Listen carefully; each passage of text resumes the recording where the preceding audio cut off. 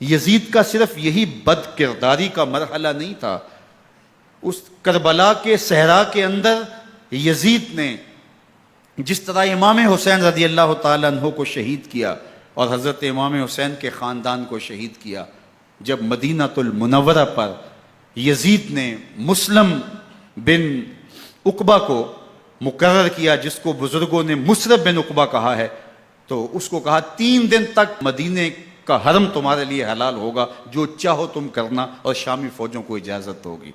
تو وہاں بھی انہوں نے 10,000 تابعین اور 700 صحابہ کو شہید کیا۔ حضرت ابو سعید خدری رضی اللہ تعالیٰ عنہ گھر سے باہر نکلے، کافی بوڑھے ہو چکے تھے، تو انہوں نے حضرت ابو سعید خدری کو پکڑ لیا، کہا تم کون ہو؟ کہا مجھے ابو سعید خدری کہتے ہیں۔ تو کہا ہاں تمہارا نام سنا ہے، اور داڑھی سے پکڑ کے کھینچا اور کہا کہ ہے تمہارے پاس جو ہمیں دو؟ تو کہا کہ میرے پاس تو کچھ بھی نہیں، میں تو فقیر آدمی ہوں۔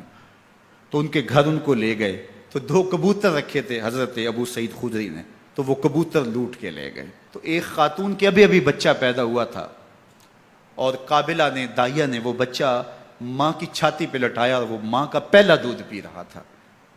تو یہ جا کے کہنے لگے نکالو تمہارے پاس جو کچھ ہے، جو کچھ ہے وہ ہمیں دو، ورنہ تیرے بچے کو نہیں چھوڑیں گے۔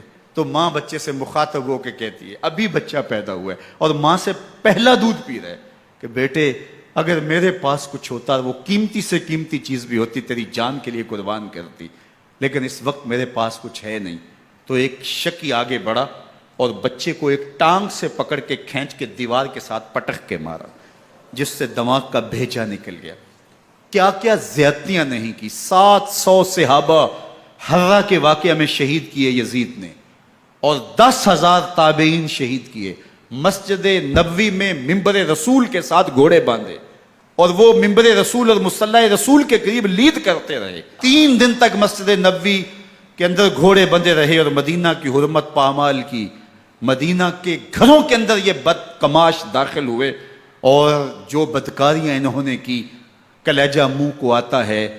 1002 شیزائیں ان بدکاروں کی بدکاریوں کی وجہ سے کنواری حالت کے اندر حاملہ ہوئی۔ 3 دن تک مدینے کا حرم انہوں نے پامال کیا، اور پھر مکہ المکرمہ میں کعبہ اللہ پر گولے برسائے، اور کعبہ کا غلاف جل گیا۔ وہ تو یزید مر گیا، اور حضرت عبداللہ ابن زبیر رضی اللہ تعالیٰ عنہ نے اپنی خلافت کا اعلان کیا۔ یزید کے یہ کرتوت تھے، ادھر اہل مدینہ کو ستایا، ادھر اہل مکہ کو ستایا، اور رسول اللہ صلی اللہ علیہ وسلم کے خانوادے کی بے حرمتی اور توہین کی۔ نہ صرف انہیں قتل کیا گیا، ان کی لاشوں پہ گھوڑے دوڑائے۔ ابن سعد اور شمر جو ہے وہ خیموں میں داخل ہوا، اور مخدرات اسلام کی چادریں چھیننے کی کوشش کی۔ حضرت زینب سلام اللہ علیہ نے مخاطب ہو کے کہا ہمارے چہرے کے رکھوالے چلے گئے ہیں، ظالم تو خیال نہیں کرتا ہم رسول اللہ کی بیٹیاں ہیں۔ حضرت شہربانو، حضرت زین العابدین اور حضرت زینب سلام اللہ علیہم، ان تینوں کو ایک اونٹ پہ باندھا گیا، اور باقی اونٹوں پہ باقی سادات کو، حضور کی شہزادیوں کو باندھا گیا، رسیوں میں جکڑا گیا، اور اونٹوں پہ باندھ کر کے کوفے کی جانب آگے آگے شہیدوں کے سر چل رہے ہیں، اور پیچھے یہ قافلہ چل رہا ہے۔ اور جب یہ قافلہ وہاں سے گزرا جہاں لاشیں پڑی تھیں، امام زین العابدین 14 سال کے تھے اور بیمار تھے، اور ان کا حوصلہ نہ ہوا، وہاں غشی ان کے اوپر آنے لگی۔ اور وہ منظر ابن کثیر نے، باقی لوگوں سب نے لکھا ہے کہ پھر جب ان کی یہ حالت ہوئی، تو پھر سیدہ زینب سلام اللہ علیہ، جنہوں نے ابھی تک بڑے حوصلے کے ساتھ ساری مشکلات کا مقابلہ کیا تھا، اب ان کے بندھن ٹوٹ گئے اور آنکھوں سے آنسو بہنے لگے، اور سیدہ زینب نے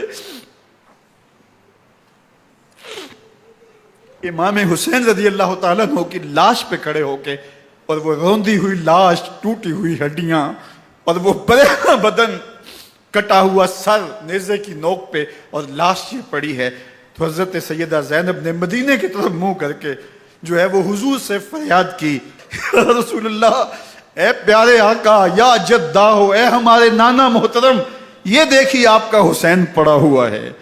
بدن سے کپڑے اتار لیے گئے، خاک ہوائیں اڑا رہی ہیں، اور اس کے اوپر چادر جو ہے وہ مٹی کی پڑ گئی ہے، یا محمد آہو۔ اور آگے فرمایا حضور آپ کی اولاد کاٹ دی گئی، اور پھر کہا بناتوں کا سبایا، حضور دیکھیے آپ کی بیٹیوں کے ہاتھ باندھ دیے گئے ہیں، اونٹوں پہ کس دیا گیا ہے، سرے شہیدہ آگے آگے چل رہے ہیں۔ راستے کے اندر ایک جگہ آئی اور ان کو اتارا گیا۔